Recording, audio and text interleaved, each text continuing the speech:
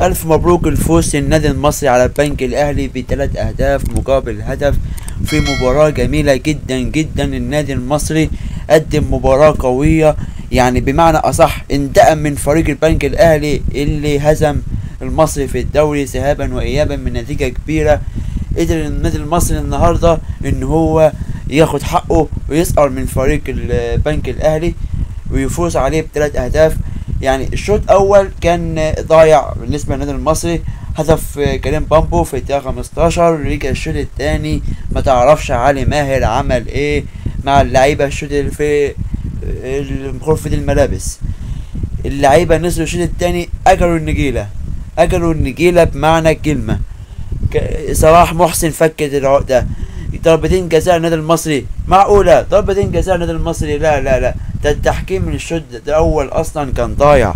التحكيم يا جماعه يعني كان جاي على المصري بطريقه صعبه، لكن ربك بقى لما بيريد الشوط الثاني ضربتين جزاء واضحين جدا للنادي المصري. ما يقدرش حكم المباراه ولا حكم الفار ان هو يقول لك مش ضربه جزاء، عشان ينجح ميدو جابر في ضربتين الجزاء ان هو يسجلهم بنجاح في شباك احمد صبحي حارس فريق البنك الاهلي.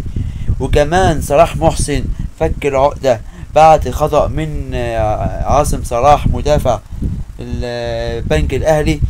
يسجل صلاح محسن بعد فترة كبيرة من الغياب عن التهديف وانتقاد كبير من الجمهور المصري لمستوى صلاح محسن. ان انا متأكد ان هو مستواه افضل من كده بكتير، كان محتاج بس ثقة، يعني محتاج جون بس ان هو يرجع له الثقة. وانا متوقع ان الفترة الجاية صلاح محسن هيرجع للتهديف ان شاء الله احسن من الاول، لان المصري الفترة الجاية عنده ماتشات مهمة. صعدنا لدور الثمانية عشان نلاعب فاركو بعد انسحاب الاهلي من بطولة كأس مصر، فكده المصري هيلاعب فاركو. النادي المصري عنده فرصة ذهبية، فرصة قوية انه يوصل نهائي كأس مصر.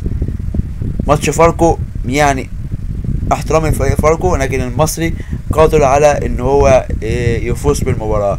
كابتن كابتن طارق مصطفى احترم النادي المصري. فريق المصري فريق كبير، لازم تحترم فريق المنافس. عيب قوي لما تطلع تقول ده ماتش سهل. فعلا ماتش سهل جدا بس للنادي المصري. مبروك للنادي المصري.